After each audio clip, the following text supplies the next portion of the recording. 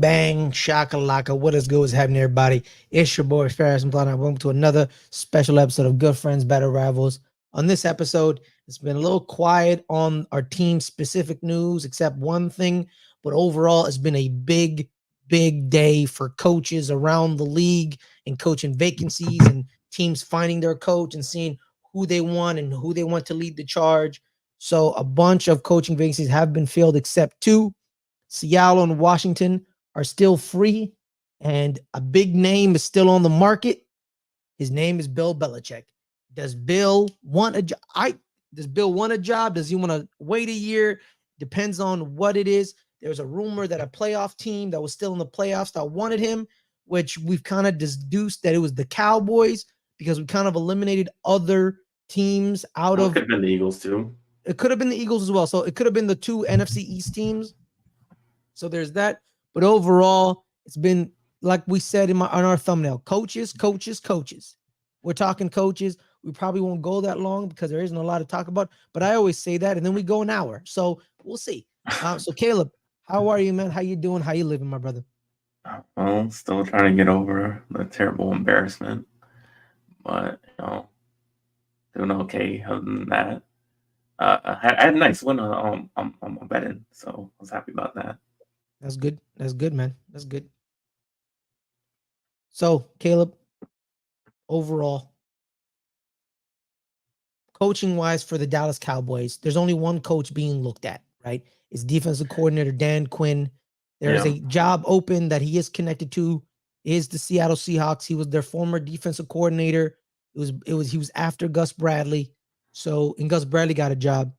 And Dan Quinn could become their new head coach, maybe, possibly, or he could come back. It depends on what is going on.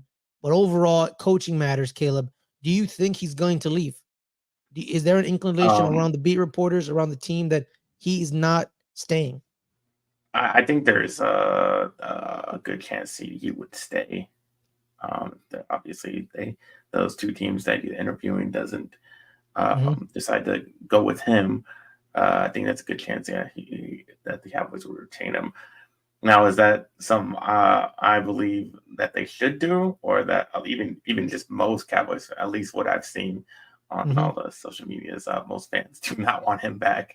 I mean, we've just seen, and it's kind of like a total reverse of how I was talking about him early before the season. I was very much for Dan Quinn. I think he's done a great job. We were the worst defense in Cowboys history the year before he came in. Mike McCarthy makes a terrible hire of Mike Nolan, but he realizes his mistake, gets rid of him, brings in Dan Quinn, and he just completely transforms the defense and makes it something. Honestly, I've never seen from the Cowboys. I've never seen the amount of sacks, the amount of interception. I mean, we were never a team that was an intercepting team, at least for the time that I've watched them, from the early 2000s and on. Never big turnover team, and he just completely changed that and made us into, we led the league in turnovers for the first 2 years he was here. And we were most pressures this season. So he's good on those parts. On those parts, he's excellent. He's an excellent coach in those parts. Where he lacks is the run game. I mean, none of his teams are good in the run game. We saw that when he was with the Falcons. They can't stop the run. We can't stop the run. We saw that not just this year. We saw that in multiple years that he, for some reason, his defense is lacking in the run game. Not all his fault. I mean, there were some personnel problems, but that I don't know if that totally falls on him, or if it does. I don't know how much say he has on personnel. So it's Jerry and Will McClay's fault then. I don't know because he could say like, oh, these are the players I want. I can coach these guys up, so he can tell them that. And there's a hybrid linebacker safety thing. Yeah, we'll trust you, and we'll go with what you say. And so I can't say what went behind the scenes and how they came to the conclusion on the personnel, but it was a clear personnel. The linebackers were just too light. I mean, once Leighton Vander Esch went out, you went with a guy that's really light. And all credit to Marquise Bell. He did a great job for what he was doing. Like, he did a great job. It's just he's too light. He's 205 pounds. So when you see him in the Packers game, it's getting just stonewalled from a guy that weighs 100 pounds more than him. And he doesn't do anything. He's very not effective in that way. And you see the big huge holes that Aaron Jones able to run through, and you saw that in the Bills game. You saw that in the Cardinals game, and that's what totally destroyed the defense there. Yeah, I mean, it's just a scheme. I mean, his scheme is, based off of, getting pressure on the quarterback, based off of, these big cornerbacks making plays for him, and big safeties in the backfield making plays, but they're vulnerable, and that was a big weakness in his defense, and that's why we've seen it, and it hasn't worked. At least in the playoffs, it's worked obviously through the regular season. We've won 12 games 3 straight years, so it's worked in the regular season. But when you get to a point, you have a whole season worth of film that you can go over, and you can clearly see the weakness. And once you get in the playoffs, then you definitely get exploited. Yeah, because the Packers used the run to open up the pass. Aaron Jones was pounding the rock in, and then you would then see Jordan Love. He would be just passing to wide open wide receivers, because I believe some of your linebackers overcommitted, right? Like we talk about the Lucas Musgrave touchdown where he started on one side of the field, ran across the field, stopped, waited for Jordan Love to see him. There's no Cowboys yet. Jordan Love sees him, throws him the ball, catches it, and runs, and then he scores a touchdown, and then finally a Cowboy jumps into screen because of the overcommittal. And they need to, you're right, Caleb. I believe, no more hybrid safety linebackers. You can't, because people forget in Seattle when they stopped the run, they didn't have those. They had proper linebackers. They had KJ Wright, they had Bobby Wagner, they had Malcolm Smith, 3 solid linebackers that they can swap in and out. Linebackers, true linebackers, not Marquise Bell or that used to play safety at South Carolina, now is playing linebacker in the box. Because at the end of the day, not all safeties can play linebacker.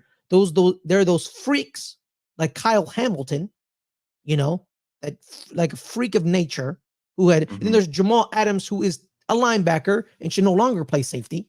You know what I mean?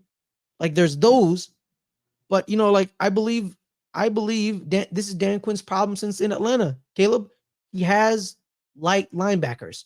People talk about, you remember Deion Jones? You remember Deion Jones, right? Yeah. He was fast. He was fast. But he didn't have the strength to go up against a 285-pound guard. When Zach Tom is running at you, you're like, who is this boulder? Who is this? And then he shoves you out the way, and you're like, oh yeah, I think I need to go hit the weight room. I think so. I was like, yeah, Marquise, you're a safety. No, I'm not pointing out Marquise Bell. I feel like he was put in a bad situation, and he did the best he could in the situation, because at the end of the day, you're a safety, dog. You're a safety. And this positionless football thing we're doing, it doesn't work in football. You can't do positionless play in football. You got to have a position. This isn't basketball where you can have 4 shooting guards on the court and they're all 6'7". That's not how that works. You know what I mean? In football, you need a position. Because I remember, Caleb, I know you're a Texas fan, but I feel like you also know some certain things about Texas A&M. Do you remember this kid named Speedy Noyle at Texas A&M? No, I don't remember. Okay, so Speedy Noyle was the number 1 athlete in all of high school football. Number 1 athlete. He played quarterback, he played running back, he played wide receiver, he played cornerback at his high school. And Texas A&M was like, we want this kid. And they brought him to Texas A&M, and they were like, what the hell do you play? And then in the 4 years at Texas A&M, Speedy Noyle disappeared off the face of the planet. He was the number 1 athlete in the nation, probably top 5 prospect in the country. Texas A&M was like, what do you play? We can't put you at quarterback because you can't really throw the ball. Running back, wide receiver, corner, I don't know. And then Speedy Noyle then just vanished. You cannot have positionless that positionless football thing, it doesn't exist because you need the positions to fit. This is the most structured sport out of all the sports, American football. It's structured. You have to fit. You have to fit in the positions. That, that hybrid thing, it works for a bit, but then all you need to do is we're running the ball down their throats because our guard, who's 285, is just going to run after that safety who plays linebacker who's 215 pounds. Like you don't see Ed Reed in the box. Did you ever see Ed Reed in the box? Yeah, he was in the box on occasion. He was going everywhere. He went everywhere the ball was. Yeah, wherever, because he was roaming up top. Yeah, he wasn't the in the box safety because they knew if they put him in the box for his entire career, I don't think he would survive. Because no offense to Ed Reed, he's not that big of a guy. He's a great safety, one of the greatest safeties, the greatest safety of all time. It's either him or Ronnie Lott. But I guarantee you, if they told Ed, "Hey Ed, go play run defense every single play," he'd be like, "Okay, cool." But I don't think he would be, because people forget, man, Caleb, the box, that's where the violence is. That's the violence right there. You got to be a certain level of crazy to play linebacker, defensive tackle, and guard in center, because you can get away with homicide in that little triangle. You can grab, you can pull, you can punch, you can elbow, you can, sock him in the face and get away with it. Like you can chop a knee, you can, break an elbow, you can try to break a forearm. I played defensive tackle. My body hurt every single practice because it was nasty, man. It was nasty. And you guys didn't have the safety help to back you up. Yeah. I love how this. I love how this. We talked about your defense. It all started with Dan Quinn. It's Dan Quinn leaving. Is he leaving? Yeah, I mean, but that's the thing. Well, I'm saying like whether we want him to leave or not. I think a lot of fans are frustrated, and the fact that he might come back because we don't. It's already the fact that you're bringing back Mike McCarthy. We already don't like that. I mean, you're sitting there doing the same thing over and over, and then you're going to bring more of the staff. You're basically doing the same thing. We're going to bring the same exact staff that we just had, just lost embarrassing. I don't understand how you make that decision to do the same exact thing and expect a different result to come out of it. That's stupid. I mean, that's a horrible decision that you're going to do that. No adjustments. No adjustments. I just don't. I don't get that. You're just going to do the same thing. We're going to go win 12 games and we're going to lose in the playoffs. I mean, that's why I told you. I have no expectations of anything that we're going to do in the playoffs. I literally don't. I mean, I'm always optimistic. You know that I'm always optimistic and saying no, we're going to do it. But how do you get optimism from doing the same exact thing what we just saw? Like that doesn't make sense. So yeah, I don't really want them to come back. I hope either Seattle or the Commanders take him. Obviously, he has the familiarity with Seattle, so I think. Yes. No, Caleb, no, Caleb froze. All right, I'll bring him down when he pops back in. We'll see it. All right, guys, let's get some comments in the chat. Shout out to Ryan Christensen. Build to the Bills. Yes, please. No offense to McDermott. Good coach, but has peaked as far as he can to take this team. Yeah, it's true. The Bills. Yeah, the Bills could use Bill Belichick. Shout out to the main man, Leo. Leo, what's up, Leo? What's up? He says, hey, guys, how you doing, Leo? Go check out your son's internet, Leo. That's all I got to say. But on that note, guys, we are going to be talking more coaches. Oh, Caleb's back. He's back. You're back. Yeah. So, I mean, what did you, who do you think he's going to go to? I think if he leaves, he's going to Seattle. Yeah. Because, he knows John Schneider. He knows the Mrs. Allen, the owner. He knows what they want. He knows it. So he doesn't have to adjust to Adam Peters and the new ownership at Washington. Because people forget, man, familiarity, people want that. Because they know what they can do and what they can't do. No one likes being uncomfortable. That's the problem with the world. Being uncomfortable is not something people strive to be. If he wants to be uncomfortable, he goes and takes the Commander's job. But the problem is, I don't think the Commanders want him. The Commanders want a specific coach, and he's still in the playoffs. His name is Ben Johnson in Detroit. They want Ben Johnson. And you know what? And what's crazy about it, like speaking of Ben Johnson, right? Apparently he told Carolina he wants a 6-year deal. You know, he wants because he wants security because of David Tepper. And did David Tepper not want to give it to him? Because apparently David Tepper gave David Canales David Canales 6 years. He gave him 6 years. Yeah. And speaking of David Canales, the first he's the only Hispanic head coach in the NFL. So shout out to David Canales. Shout out to you. But good on the Panthers. They've hired the two Mexican American coaches, Ron Rivera and David Canales. So good on them. But like them a little more. Yeah, shout out to them. But nothing will ever top Mexican greatness in the NFL is when Tom Flores won 2 Super Bowls with Jim Plunkett. Did you know that? Jim Plunkett, Jim Plunkett, Latino. Tom Flores, Latino. Shout out to them.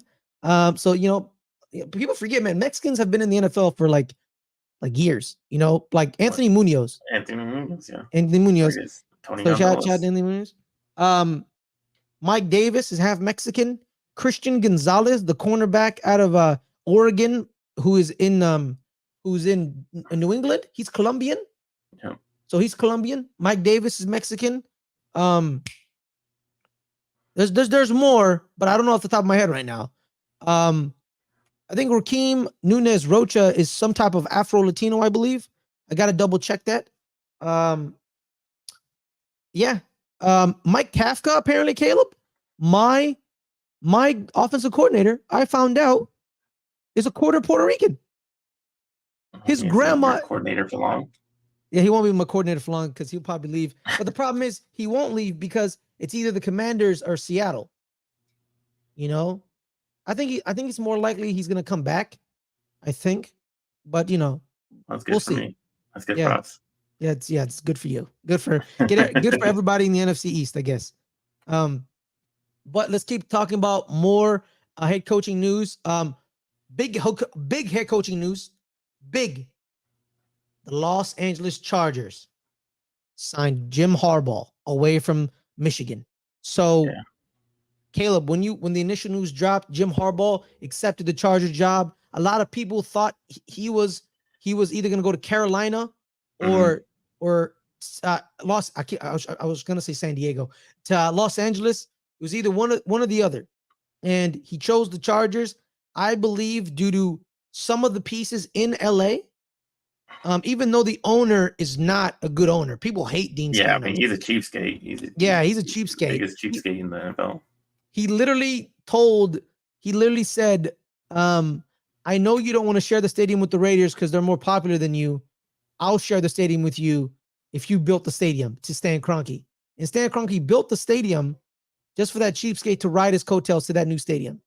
He better be paying rent, because if he's not paying rent, it's going to be an issue. If Stan Kroenke's an idiot, if he's not charging that man rent. That's all I'll say. I would charge him rent. I'm like, I built the stadium. It's my stadium. You going to pay me rent. I get like half of all your ticket sales and custodials when you guys do a home game. I would do that. But he made a great footballing decision in hiring Jim Harbaugh because you know what? It's Jim Harbaugh. Yeah. The only reason he got, outed in the Niners, it's pretty simple. He had no respect for the owner and he had no respect for the GM. He did not like Trent Baalke and he did not like Jed York because Jed York was a leaker. He leaked everything. Jed was leaking left and right. Him and Trent loved leaking stuff. And Jim was like, bro. And I remember once there's a story where either Jed or Trent is in the locker room and Jim yells out, "Why is he in here? The locker room is for real men only." Imagine that, Caleb. Your employee says you're not a man. Says you're not a man. So of course you're gonna fire him. So he got fired. And the only job he wanted was the Michigan job. So he got the Michigan job. But now he's in LA. Right here, Caleb. You're talking about a man who took a broken down and out San Francisco 49ers team. His first year. his first year in San Francisco, they go 13-3 with Alex Smith, Frank Gore, and those amazing defensive pieces.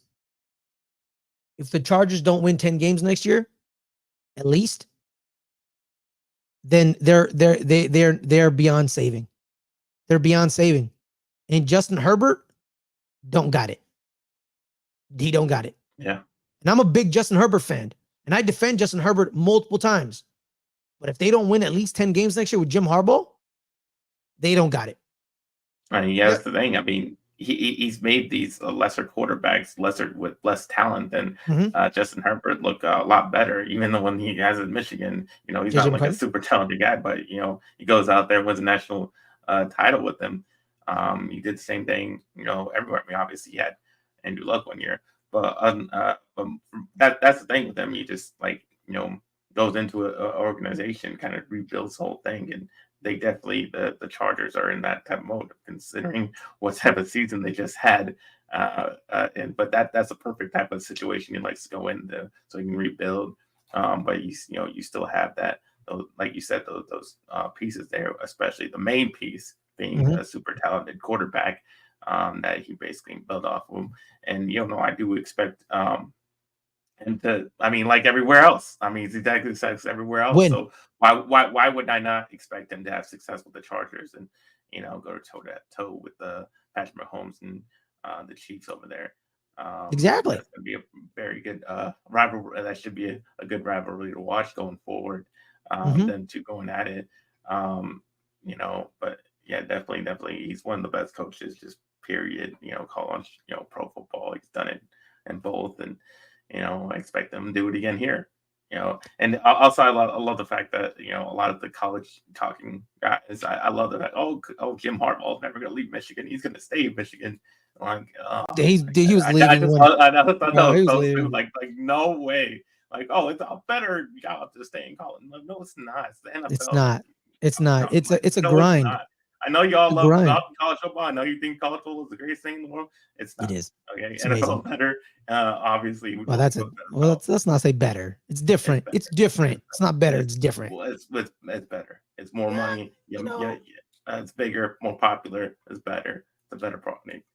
It's the best players of okay, well, of course, it's the best really players. The best players. Of course, it's not better. It's better players. Okay, fine. You're right. Okay, fine. All right, it's better. All right, I'll admit that. But college football is different in this. That's why people love it. It's different. It's different. I mean, it's a little more fun, a little more. It's the atmosphere.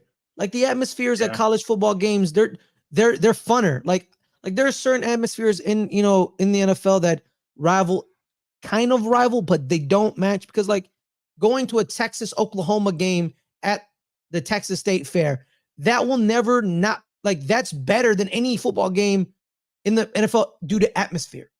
The stadium is cut in half. One side's red, other side is burnt orange. You hate each other's guts. There's probably family members who went to Oklahoma and some went to Texas and they got married and now it's civil war within a family for 1 week. Yeah, that's great. But the product on the field, yeah, it's the NFL. Like, no shit. If it wasn't better, then they would not go. Then he wouldn't have gone to the NFL. He clearly thinks it's better as well. Yes, he clearly thinks that's the better. It's the better achievement to go and win a Super Bowl. Okay, fine. Yes, it is. It's very hard to do. It's very hard to do to win a Super Bowl.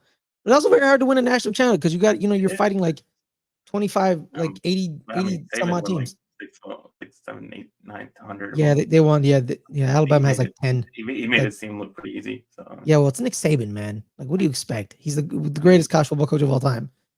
But also too, like, you don't have to recruit players. You don't have to recruit them. You know what I mean? You don't have to convince them to come to your team, because people forget, man, college is a grind, man. College football coaches who love college football, they're sickos. They're always recruiting. That's why John Calipari's he's a sick man. That man is always on his jet. He's always at a high school basketball game. He's always at a Nike EYBL tournament. He's always there because he's a sick man. And I like that in my coaches at a college level because you need to recruit. You want to be like, you want to recruit. You're always recruiting. The NFL takes that out. You don't got to recruit. That's not your job. That's the GM, the player personnel's job. That's the director of, pro personnel. You know what I mean? That's their job. That's not your job. Your job's to coach the team. In a perfect world, the GM, the player, the director of pro personnel, and the head coach, they all agree on a player, and that's what they do. But it is what it is.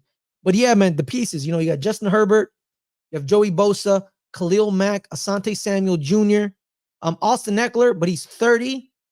So we'll see about that. But the problem is, old running backs have thrived under Jim Harbaugh.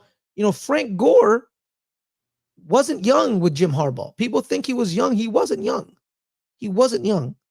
And then you have the wide receivers. Keenan Allen is still chugging along. Shout out to the Cow Bear, Keenan Allen. Mike Williams coming back from an injury. Josh Palmer's dang good. I'm a big fan of Josh Palmer. Jalen Guyton is pretty good. And can he resurrect Quentin Johnson? Can he? It looks like he can't, maybe, but can he? So we'll see about that. Another head coaching vacancy filled. Atlanta brings back former assistant Raheem Morris.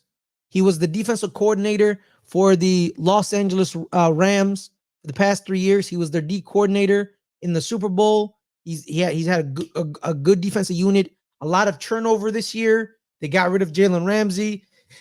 1 year they had to replace the entire back line of their defense because 2 of their safeties and corners went to Cleveland. And so it was a great coaching class by him. He's a great coach as a defensive coordinator and as a great positional coach because he got his head coaching job, his first head coaching job in Tampa Bay. People remember Tampa Bay years, but he was like young. He was young. Like he was young. Like 32. Yeah, he was like 32. You know what I mean? He was given the interim gig after they fired John Gruden, and they just kept him. And his 1 year he went 10-6, I believe. 1 year with Josh Freeman. Yeah, I remember those years. But then the other 2 years he completely like nothing. He got fired, and then he's one of the. I believe him. Where did he go after that? He went. What was it? He went to Washington. He went to Washington, I believe, because he became a. Yeah, I believe so. Let me double check his resume. Yeah, I know he went somewhere else. He had coach, didn't he? No, he became the defensive backs coach in Washington.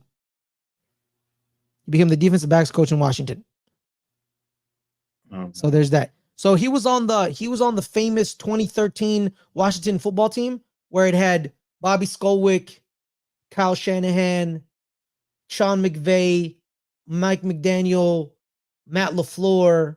He was on that team. He was their defensive backs coach. But what I like about him though, Caleb, is he didn't go, and then he went to Atlanta, right? And in Atlanta, he was the assistant head coach and pass game coordinator. Then they moved him to the offensive side where he coached receivers. So he's coached receivers. He's been on the offensive side. He's been on the defensive side as well because he's been defensive coordinator, defensive backs coach. And then he went to, and then he was a defensive coordinator in Atlanta. Then he was the interim head coach when they fired Dan Quinn. And then he then goes to work for Sean McVay. After they fired Brandon Staley, well, not fired, when Brandon Staley left and became the Chargers head coach, they hired him to be the head coach, the defense coordinator in the Rams. They won a Super Bowl, and now he's back in Atlanta. You know what I mean? He's a 2-time Super Bowl champion, actually. For by the way, I think he won one in Tampa Bay with John Gruden. Yep, he won. He was on that. He was on that team. He was a defensive quality control coach. So there's that. Yep, defensive quality control coach. So he's done both sides of the ball. Can he take what he did and failed in Tampa Bay and be better in Atlanta? And Atlanta knows him. He was their first choice for interim head coach, and then they hired Arthur Smith, and he's back. Can he build out the staff? That's the key. Staff building is the key in the NFL. Can you build the staff? And a lot of players, when they come from those Shanahan McVay systems, there's always an offensive coach they can steal. DeMeco Ryan goes to Houston. He brings Bobby Slowick with him. Yeah. Robert Saleh goes to New York. He brings Mike LaFleur with him. Mike LaFleur. Matt LaFleur leaves and goes and becomes the offensive coordinator in Tennessee.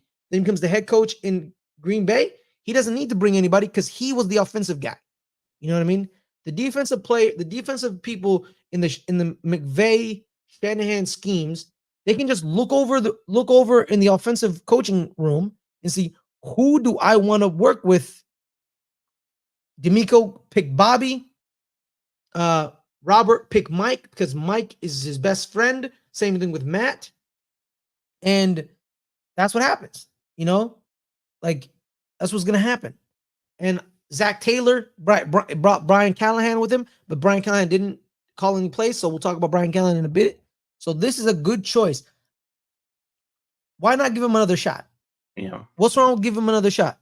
There's a bunch of coaches who get fired and we're given a second or third shot. You know what I mean? What's wrong? Did he learn? A lot of Atlanta Falcons players and a lot of Rams players have said Atlanta got a good one. He's one of the best coaches in the entire NFL. Jalen Ramsey has said that.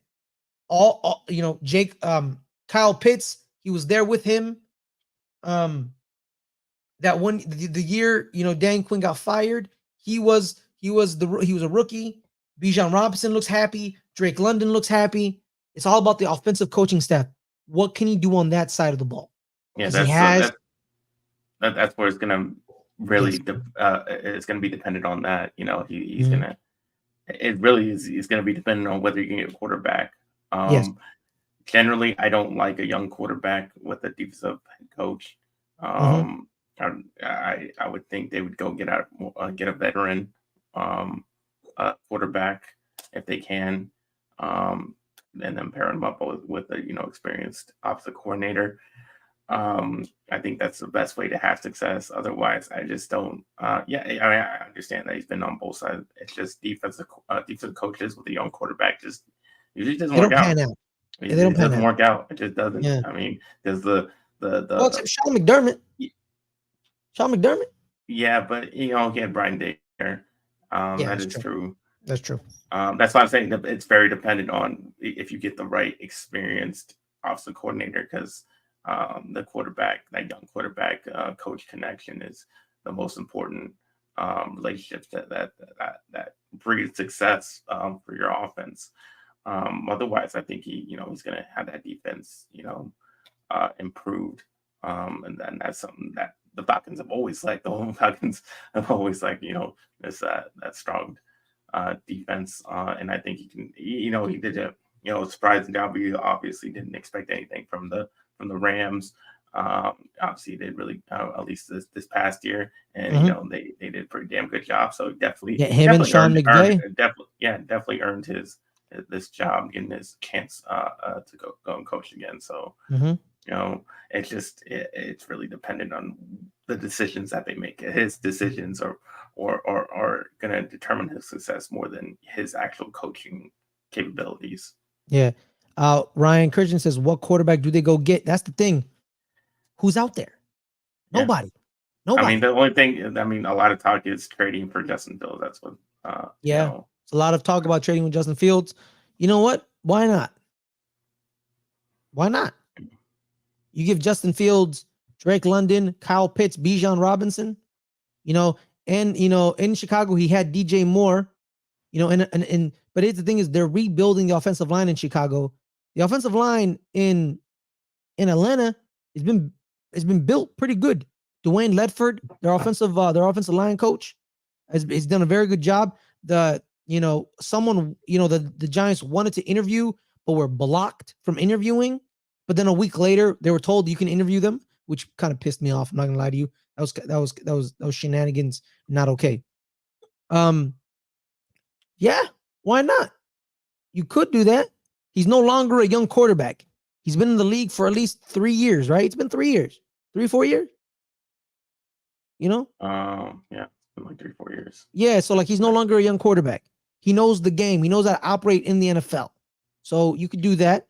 Because they have, I believe, the 8th pick. They have the 8th pick. Yeah. So the top quarterback's going to be gone. And the top quarterbacks are, it's Drake May, Caleb Williams, and Jaden Daniels. Yeah. I think they're all gone. I think they're all gone. They're all gone in the first. They're all gone in the first 6. Yeah. Even if Drake May or Jaden Daniels falls to 6, they're not. None of them are falling past 6 because the Giants will be there, and I guarantee you the Giants will pick a quarterback. They're picking a quarterback. They're going to pick the wrong quarterback. Probably. I really want Jaden Daniels. I'm not gonna lie to you. I really want him. But we'll see if they draft black quarterbacks. We'll see about that. You could say Michael Penix at 8.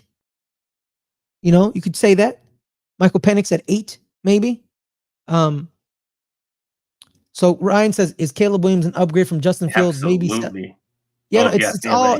But everybody knows how much I don't think much of. Yeah, Caleb is not a big fan of Justin Fields. I think he's a pretty garbage quarterback, but yeah, my thing is he is an upgrade due to salary cap reasons. You have a cheaper quarterback on a cheaper deal. You can then build the team out a little bit more. That's what the modern day NFL is. If you have an opportunity to get a young quarterback in the draft, you go out and go get him for salary cap reasons. Then you build the team. You build the team. You build the offensive line. Like same thing. That's what they did with Patrick Mahomes. Young team. They paid Tyreek. They paid Travis Kelce. They paid Joe Thuney. They drafted Trey Smith. They drafted Creed Humphrey. You know what I mean? They traded for Orlando Brown because they were in a window before they gave Patrick that big deal. And then when they give Patrick the big deal, they let Orlando Brown walk. They bring Juwan Taylor in. And they bring in Donovan Smith and, a veteran left tackle. So there's that. So yeah, you can see him as an upgrade. Absolutely. My thing is this, they're only an upgrade until they start playing NFL football.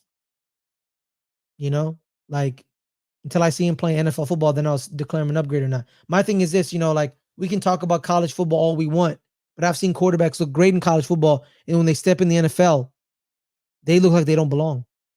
They do not belong whatsoever. You know what I mean? Like people thought Zach Wilson belonged in the NFL when they were watching BYU tape. Someone made a decision, said that quarterback belongs in the NFL. That man threw and then they were wrong. Not very smart. Yeah, they were very wrong. Someone looked at Sam Darnold at USC, beat Texas, and was like, he belongs in the NFL. No, he doesn't. He's a backup. He's not when I say he doesn't belong in the NFL, I'm talking starter. Like he's not a starter. He can be a backup. You know what I mean? Same thing with Zach Wilson. They saw Zach Wilson throw the ball 80 yards indoors at a workout. And we're like, ooh, look at him. He's an NFL quarterback. And I'm like, there's no DB. There's no safety. There's no lineman trying to kill him. Of course, he threw the ball perfectly 80 yards down the field. You imbecile. But I digress. Is that it? I believe that's it, right? Is that Tennessee. Tennessee. Brian Callahan gets hired. Brian Callahan was the offensive coordinator in Cincinnati. Tennessee wanted him. The big key out of him is he didn't call the plays in Cincinnati. None of the plays were him. It was all Zach Taylor. He was in Cincinnati for many years, and Zach Taylor was like, "You're not getting the play calling duties. That will be me. I will be getting the play calling duties." So why hasn't this been and it ties to this, Caleb, where that's what they knocked Eric Bieniemy about. Like he didn't call the plays. Mm-hmm. But then Brian Callahan has never called the plays ever in Cincinnati, but he gets a head coaching job. See, that's what we're saying here, dog. That's what we're saying here. And don't play stupid in my face talking about how Brian Callahan was more deserving than Eric Bieniemy. Eric Bieniemy should have been a head coach in the NFL. Andy Reid had to come out and say, I'm not calling the plays. It's Eric Bieniemy's calling the plays. And he called the plays that won them a Super Bowl. But then you tell me Brian Callahan, who admits in a press conference, says, I had never called a play in Cincinnati ever. I will be calling plays in Tennessee. Was that not a big hiccup for you? Because apparently it's an alleged hiccup for Eric Bieniemy. But I digress. Ryan Christian says, "Is Will Levis an NFL ready QB?" No, he's No, not he's NFL not. ready. He's not. He I has a mean, big we've arm. seen him. He has a big And arm, but he doesn't have technique. Caleb, Brian Callahan. Caleb, when you find out that your head no, coach has never called a play, what does that make you feel? yeah, it just why? Like this is I don't know. I mean, if you're just gonna go this route, you might as well just stick with Mike Vrabel. Obviously, going from defense and offensive coach, and I get that. Obviously, they have a young quarterback, but you guys need to go get. You need to get a whole new offense. I mean, you have aging. Derrick Henry's done. You have no He's not coming back. receivers. Who are your So receivers? what do you have? You have like no. We have no offense. You have no offense. So I get the hire. I get why they wanted to go offensive on this just because they need everything on offense. I mean, they have no offense right now. So, but it's just this guy. I don't know. Like you said, he's never called a play. There was better. I mean, they did this early too. This was before all the other coaches, and this is the guy you came to the conclusion on, like with everybody else out there. I question that decision. I think that's a very weird hire. Yeah, pretty much. That's my thing is, like we'll see if he can, build himself up. That's what Matt LaFleur did, right? I mean, I guess we would said that about Zach Taylor. It's kind of Zach Taylor didn't call plays in LA. You're right.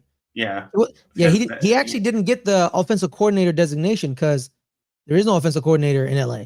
It's Sean McVay. You're his I think Zach Taylor's official position was pass. I think he was QB coach. Let me double check. Yeah, with Zach Taylor, I mean, I wasn't expecting anything from him, but obviously, you get Joe Burrow, QB coach. He was their QB coach, so he wasn't the offensive coordinator. He was QB coach. So you get Joe Burrow out there, and you Zach Taylor, because I didn't think they were going to be good, and he turned it around over there in Cincinnati. So maybe he can have that if he gets the right quarterback, but I don't see him doing it with Will Levis. No, I don't believe so either because even Zach Taylor, he showed that, hey man, I can coach. Like when Joe Burrow went down, he coached his derriere off. What can you do? When you don't have T. Higgins and your quarterback's Jake Browning, you know what I mean? Like, what can you do, right? Jake Browning looked pretty good in a couple of games, but at the end of the day, his name is Jake Browning. Like, I'm a big fan of Jake Browning. I've known about Jake Browning since he was in high school when he was at Folsom High in the Bay Area, where he was passing for 90 touchdowns a season. Yeah, Caleb, he passed for 90 touchdowns in a season. He once threw 10 touchdowns in a single game at Folsom High School. And, then he went to Washington and, then he made the college football playoff, but then lost to Alabama. So I've known about Jake Browning for a minute. But, I'm a big fan of Jake Browning. He seems like a nice guy. But, there's a cap to Jake Browning. There's a cap. Joe Burrow has no cap. So Zach Taylor, he showed this year that I can coach. I can coach. Joe Burrow is great, but I can coach. The most important position on my team fell down, and I can coach. And the team looked. They were still in the hunt for the playoffs. Yeah. But then they lost one game, and then they were kicked. So he could coach. So Zach Taylor has shown people that I'm not a Weisenheimer. I'm not a lame duck coach. I can coach. Can Brian Callahan do the same thing? We'll see. Brian Callahan is, he was given a job by proxy because he's connected to Zach Taylor. Zach Taylor's connected to Sean McVay. And in the NFL now, if you're connected to Sean McVay or Kyle Shanahan, you're going to get a good look. You're going to get a good look. That's why I think Bobby Stolwick, I thought he was going to go to Tennessee because the GM, Ron Carathan, is from the San Francisco 49ers. And he knows Bobby. He probably knows Bobby. So he's like, I want to go after Bobby. But this was Bobby's first year as OC. So, and he was a defensive quality control assistant. He actually wasn't like a position coach. So, they were probably a little scared. But Bobby Solwick is going to get a head coaching job in the next couple of years if he keeps the trajectory with CJ Stroud. If he keeps the trajectory. So there's that. Now on to other head coaching news. Not head coaching this time. The New York Giants hired a new special teams coach. He's from About the Jets. damn time. Yeah, it's about damn time. His name is Michael Gahoblin. I don't know how to say his last name. He was the assistant coach under coordinator Brian Boyer and fellow assistant Leon Washington for the Jets. So a couple of stats for the Jets kickoff coverage. So the Jets kickoff coverage led the league by allowing an average of just 15.3 yards per return. So you only got 15 yards per return, so that's pretty good. Their opponents 40.4 yard net average, ranked 7th in the NFL. Kicker Greg Zuerlein made 35 of 38 field goals, including 5 or 6 from 50 plus, a percentage of 92%, and scored 120 points. Xavier Gibson was second in the league in kickoff returns at 23.3, tied for 12th in punt returns, 9.7. Ashton Davis led the league with 12 special team tackles, 9 solo, and a forced and recovered a fumble.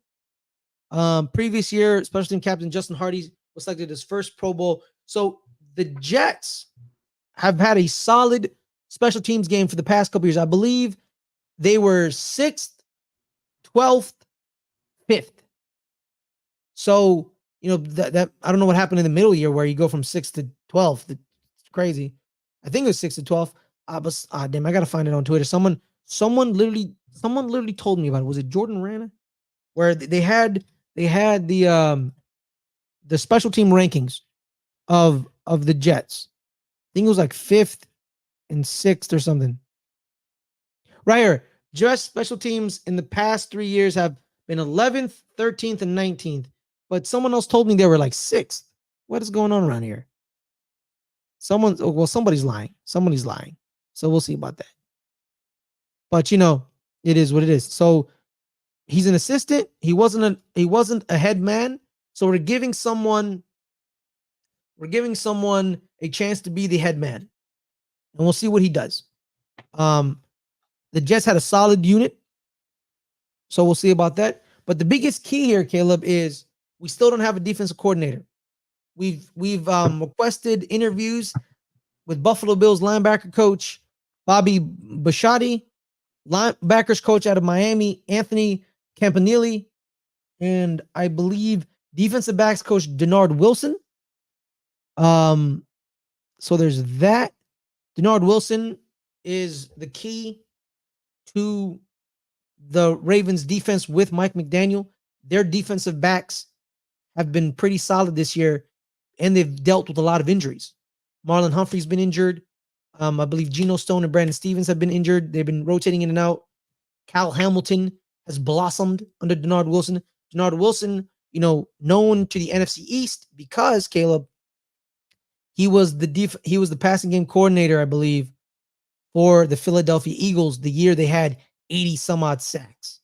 So he worked with the DBs and the defensive linemen to get a great, they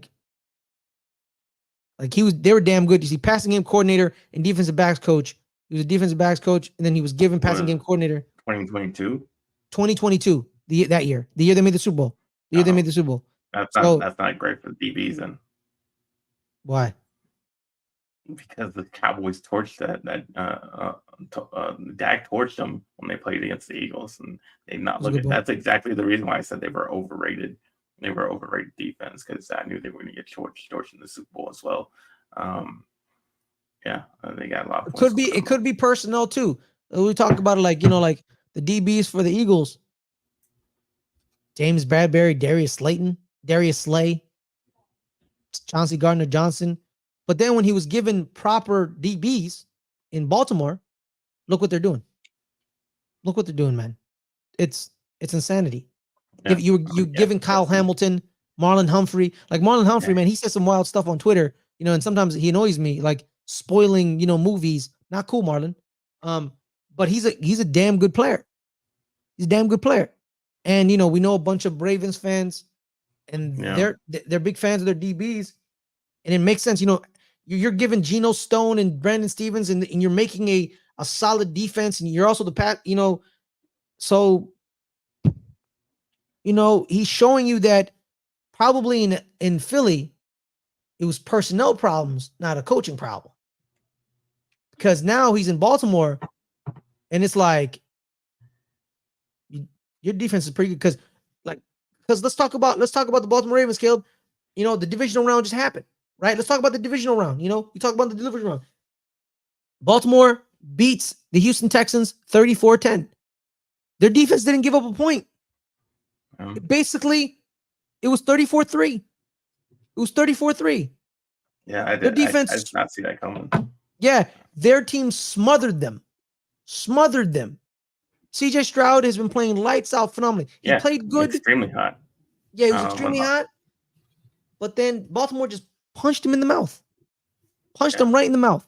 That's why I was so surprised, because you've seen how well the Texans have been playing, how well Stroud has been playing, how their offense was the main reason for that, and for them to just go out there and just completely just gets stopped in their tracks with how well the Baltimore defense played.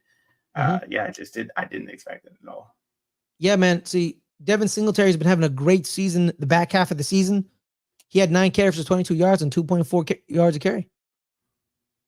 Yeah, he was a non-factor. I thought it was going to be more of a back and forth battle, Stroud and Lamar going at it back and forth, but that wasn't the case. No, it wasn't the case. Then the second half, the Ravens put it on them. Lamar Jackson had 152 yards passing, 2 touchdowns, had 100 yards rushing, 2 touchdowns. So he had over 250 yards overall. Great balance. Here's the thing. I was watching a video by Justin Tinsley. It was an essay that's going to be played during Sunday morning countdown or something. And they talk about Mahomes and Lamar, and they talk about how Mahomes is the best QB we've ever seen, and then there's Lamar is the most unique QB we've ever seen. Because here's the thing about Lamar Jackson, right? When people talk about dual threat, he's a dual threat quarterback when either he's not very good passing and he's very good running, or he's not very good running and he's very good passing. And he runs for 50 yards a game or 40 yards a game. It's dual threat quarterback. He is the true meaning of a dual threat quarterback. You blink, 100 yards rushing. You blink, 200 yards passing. He is when you say dual threat, he is the true definition of that. The true definition. Not he's a dual threat, just throwing it because he ran once or twice. He is the true definition of it. And that's great. And that's fine, because here's the thing. You have too much things to worry about now about Lamar Jackson. It's oh my God, is he going to run? Oh, no, if I commit on the run, he'll just throw it over the top of me, and he has a 70-yard touchdown. What the hell am I supposed to do with this man? And he's just like that train coming in to wreck shop. He's wrecking shop, man. And that's why the Baltimore Ravens going to make the Super Bowl. That's my pick as well. I'm picking them to beat the, and it's hard. And I don't just say that just because I believe, when you have Patrick Mahomes on the other side, it's hard to go against them, hard to pick against them. Because Patrick Mahomes has proved it. He's proved it every single year that what he can do in the playoffs. He just keeps winning. So it's hard to pick against it, but it's just they've had some problems on their offensive side with the receiving core. And the Ravens just seem unstoppable. They don't seem to have a weakness like the Chiefs do. All right, now let's go into another divisional matchup game. The Niners, the Packers face again in the playoffs. It was a solid game. Green Bay was looking like they're gonna win the game. They were, I believe, up 21-14 entering the fourth, and then the Niners kind of just ran the ball down their throat, really, pretty much. And Jordan Love threw 2 bad interceptions.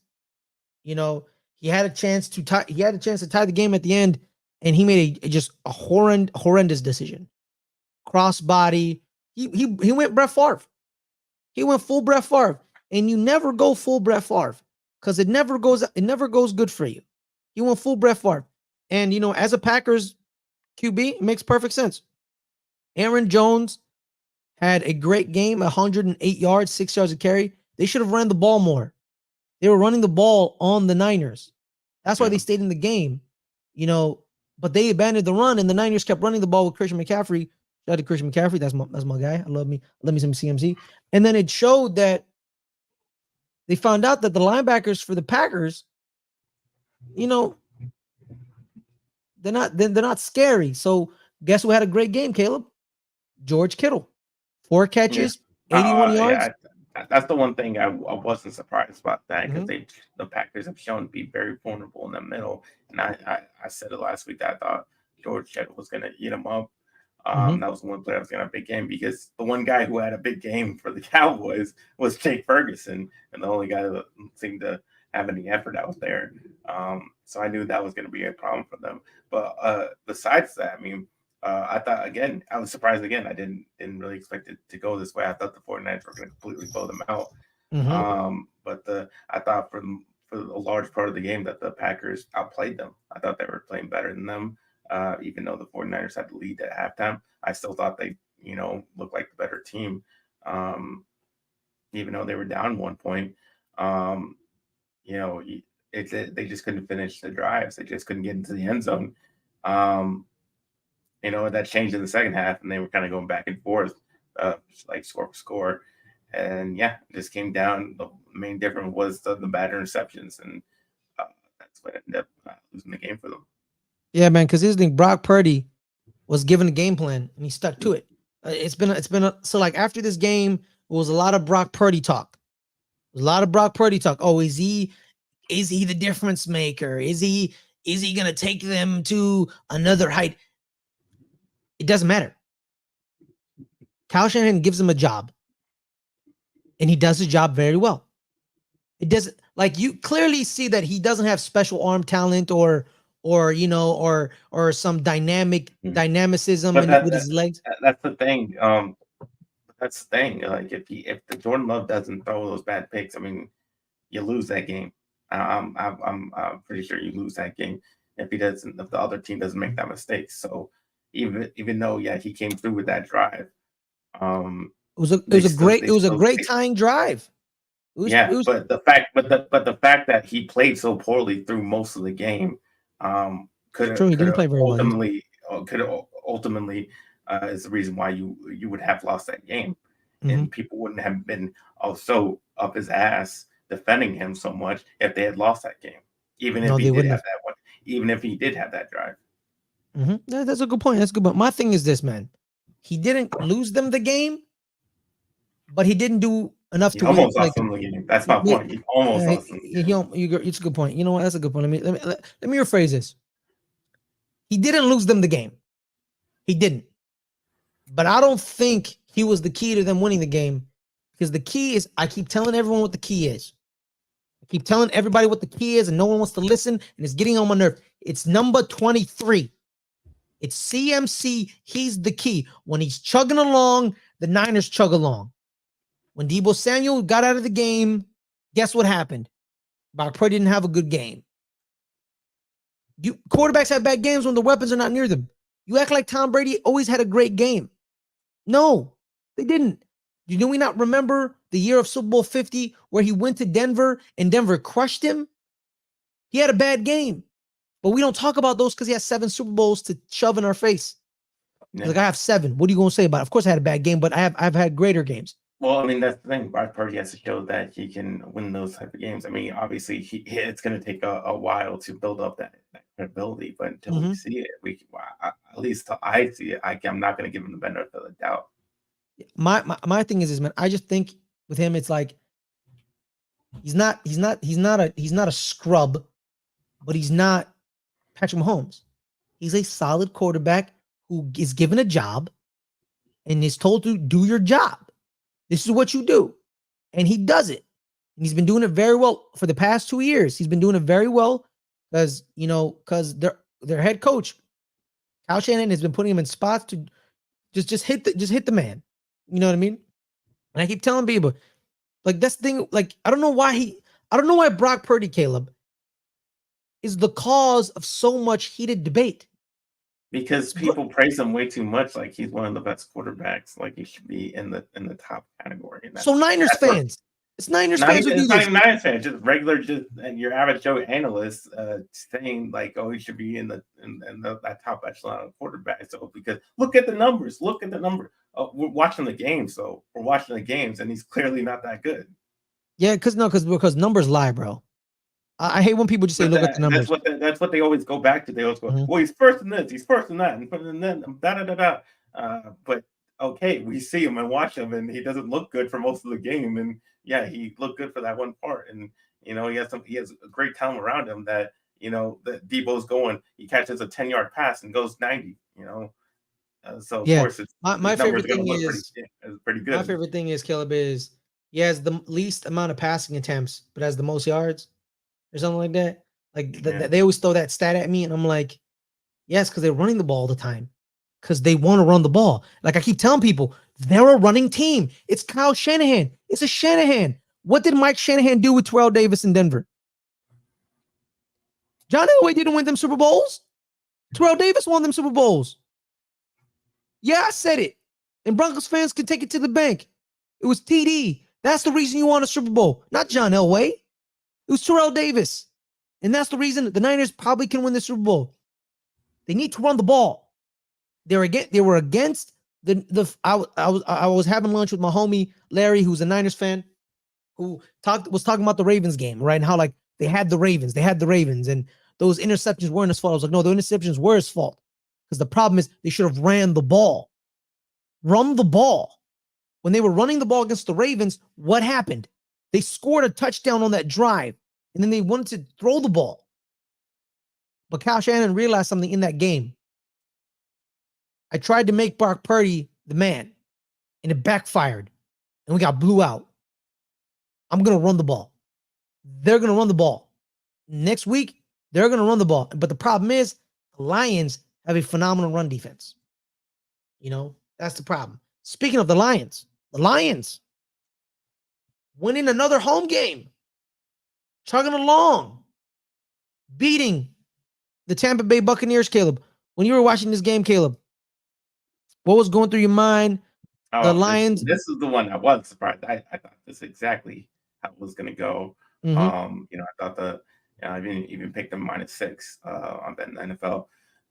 So I was extremely confident that the Lions were going to go and beat up on old Baker. Baker started with interception and he ended the game with interception, and that's kind of what I expected from him, to make those kind of mistakes, and the Lions to take advantage and win this game pretty handily. They got the 8-point win, and that's kind of what I expected. I mean, it just shows that when you've seen it all season, Jared Goff protects the ball, doesn't turn over the ball, they win. Nope. He gets it to St. Brown, he gets it to Laporta because he has time, because they have good offensive line. It all just kind of works for them. That offensive line is insane. Yeah, and so I have, like, when that happens and they didn't turn over the ball in either two playoff games, and I expect that to continue into this game. That they're going to continue to not. He's going to continue to protect the ball, and I like the Lions in this game because I think when everything is going well from they can beat anybody. Pretty much, man. The Lions, they stuck to their identity. They ran the ball. They played good defense, good run defense, solid offense. Jared Goff will not be the reason the Lions don't make it to the Super Bowl, because he's been playing very well. People forget he made a Super Bowl, Jared Goff. I know it was with Sean McVay, but he made a Super Bowl with Jared Goff. And people look at that team, right? I look at that offense, Caleb, and I'm like, yo, that offense was pretty good, right? No, it wasn't. Well, it was, but it wasn't. Like, it wasn't like Mike Evans wasn't on the team. Like, it was Robert Woods was their number one receiver with Brandon Cooks. Those were their receivers. 1 and 2 was Brandon Cooks and Robert Woods. Solid receivers. Sometimes they're number ones. Most of the times they're number twos. They had no running back. Who was the running back? Todd, I think it was Todd. Todd Gurley and CJ Anderson tore us apart. Like he ran Yeah, for that's like true. Good 200 point. Yeah, the Todd Gurley and CJ Anderson. You're right. Good point. They ran all over you, but who hasn't Oh run my all God. over you? Horrible Who hasn't memory. run all over you? You know what I mean? And here's the thing too. That was before Dan Quinn. That was like that was in 2018. That was a whole different regime back then. But, and my thing is this, Caleb. That was a horrible game.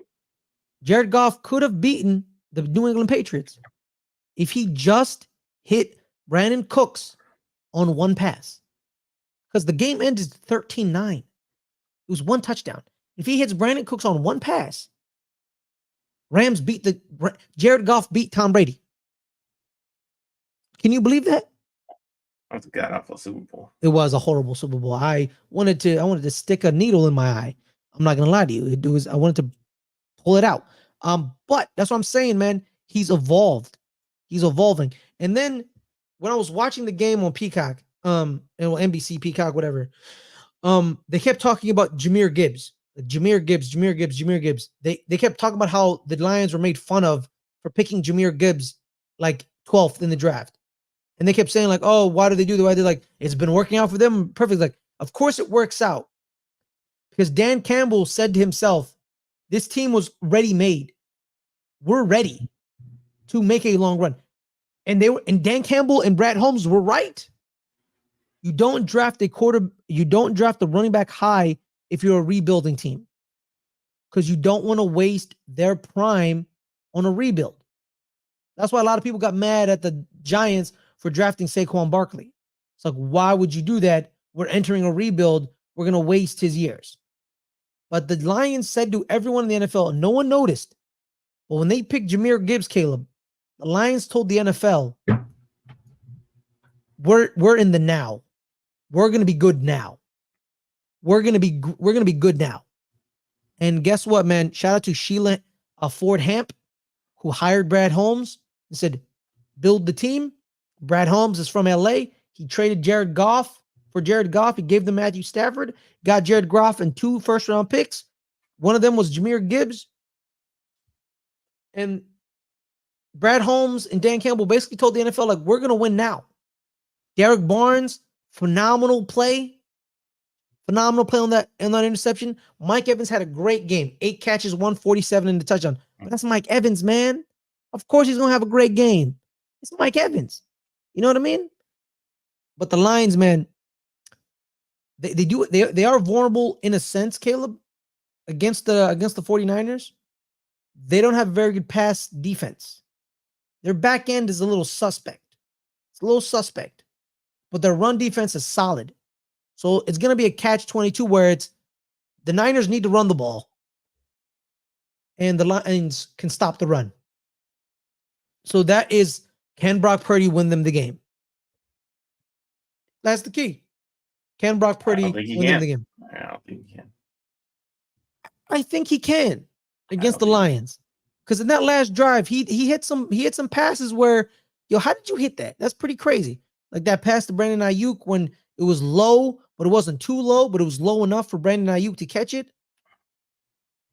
But that's the key. Is Brock Purdy's always going to be the key. Because they're going to try to stop the run against Kyle Shanahan. Can Brock win them this game? I think he's going to. I don't think he's going to. You don't think so? Okay, fine. Well, I'll go Niners. You go Lions. Okay. Well, then we'll see.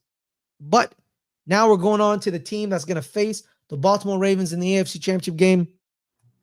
It was Chiefs Bills, and it happened again, Caleb. It happened again. The Chiefs. Yeah, that's why it was predictable. Yeah. That's why this game was so predictable. Because come on. Patrick Mahomes, he's going to win. They're going to get to the AFC Championship. And the Bills, they're going to do what they do. And they're going to, miss a field goal to lose a game. Mm-hmm. Because that's what the Bills do. They lose. They lose in the playoffs. And you're never going to win the playoffs. And that's just how it's going to be.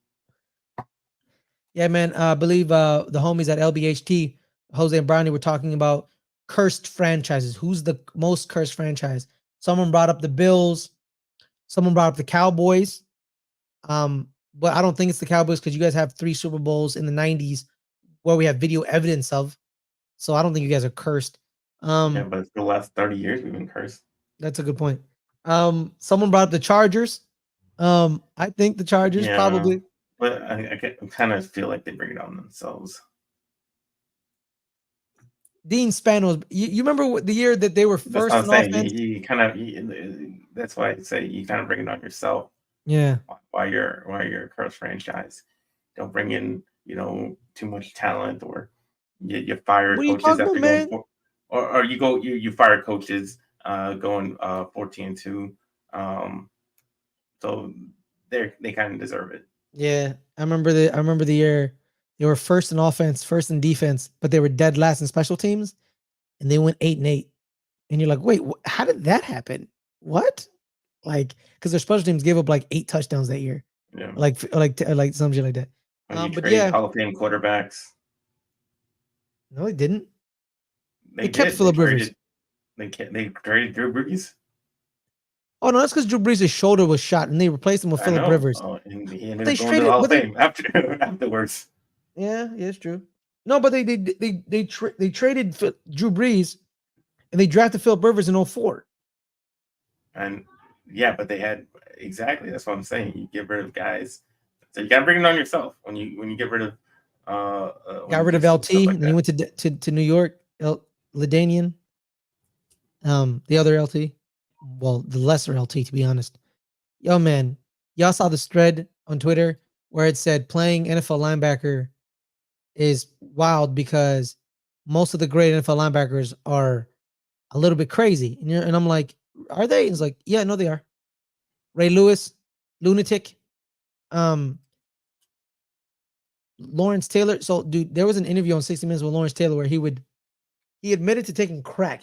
And then someone tweeted out where it's like, imagine a man, 6'4", 240 pounds, running at you full speed, high on crack.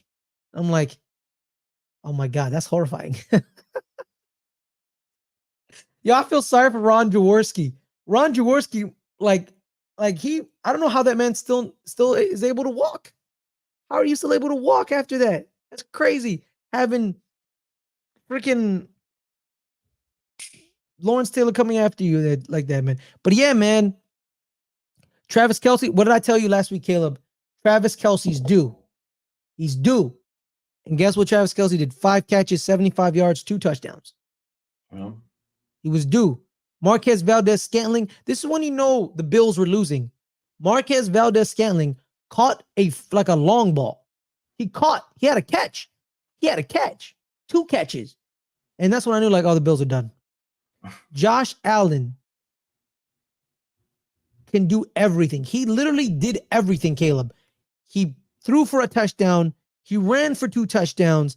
He had 72 they yards still lose. rushing, and he had 186 yards passing, And they still lose. and they still lose. And it's getting to the point where it's not Josh Allen's fault no more.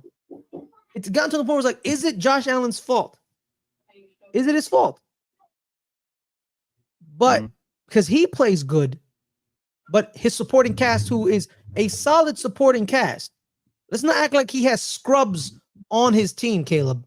Stephon Diggs, James Cooks, Khalil Shakir, Dalton Kincaid, Latavius Murray, Dawson Knox. Like, these are solid players. These are solid players. So it's not like lack of weapons. It's not like, oh, these are not good weapons. It's the Cowboys conundrum. But in this case, the quarterback actually plays good when the other people are not playing good, unlike Dak Prescott, who, when everyone else is playing bad, he goes in the shitter as well. So something's off. Something's off. They're cursed. And Josh Allen will forever be. Someone called him Philip Rivers. Someone said he's Philip Rivers.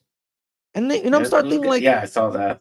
I was like, they did that they were the 2000s Chargers. That makes it makes a lot of sense. I mean, it makes a lot of they sense, were right? a super talented team Mm-hmm. who always went to the playoffs and did nothing while they were there. Yeah, it's pretty much the same thing. Yeah, man. And there's nothing really much to say. the most exciting part of this game is Jason Kelce taking his shirt off. That's it. Like, that's it. Like, sorry, you know, but it is what it is. But now, Caleb, the AFC Championship game, you got Ravens, you got Baltimore. I mean, wait, you got the Ravens versus the Chiefs. Well, yeah, exactly. You got the Ravens, you got Baltimore because they're gonna win. Yeah, it's true. I'm going with that because honestly, man, like Patrick Mahomes' weapons showed up against the Bills, which is cool. But that defense of Baltimore, man, they have Roquan Smith, they have Patrick Queen, they have Kyle Hamilton roaming behind them. You know what I mean? I don't think Marlon Humphrey's playing. I think he's injured, which is kind of it is a blow. But Marlon Humphrey has missed more than his fair share of games this year, and the Ravens defense has kept on chugging. Patrick Mahomes, I think that's the difference. You know, these two good defenses. You know, they're going to keep each other from scoring. It's going to be tough both offenses, but that's the thing. I'm going to go with the more explosive offense with the best weapon in football, which is Lamar Jackson. So that's where the difference is, and that's why I like the Ravens. Yeah, I'm with you on that one. I'm going with the Ravens. Like I said, they have Kyle Hamilton, Marcus Williams. That was the other safety I've been looking at. Geno Stone is their third safety that they use, and their corners have been Brandon Stevens and Marlon Humphrey. And they throw in, Ronald Darby or Darius Washington in there. Their linebackers, Roquan and Patrick Queen, with the rotation of Harrison and Simpson. But Roquan doesn't leave the field. Like, he rarely leaves the field. And then you have Matabike, Odafe Owe, Pierce, and Broderick Washington. And the offensive line has been playing very well. So I was in Coach Evans, shout out to Coach Evans, Sipsy Tally Films. I was in his film session when they were breaking down the game for the Texans Baltimore game. And he circled a matchup on the offensive line that he's going to look at, where it's John Simpson, their left guard, will be going up against Christian Jones. And, the Texans don't have a Christian Jones. They don't. So John Simpson didn't have to deal with, a monster in the middle. But he will have to be dealing with him. So it's John Simpson and Tyler Linderbaum will be having to focus on him, because they're not going to have that. But that's pretty much it. We're going with the Baltimore Ravens. We're going to wrap it up right now. Caleb, where can people find you, my man? You can find me at NFLCaves22 on Instagram and Twitter. You can find me on this channel doing better betting the NFL on Wednesday. Our last episode of the season comes on Super Bowl week. We'll give you all the Super Bowl props that you could ever want. And obviously we'll give you who's going to win, over, under, all that good stuff. So please tune in. It's going to be a big episode for us. Biggest episode. And, I've been perfect in the last two Super Bowls. My 5 best bets on the Super Bowl been 10 for 10 in the last 2 years. So definitely want to tune in for that. All right, y'all. My name is Ferris Muthana. Find me at Ferris Muthana on Twitter. Find me here every Friday, 3 o'clock Pacific. Good Friends, Better Rivals.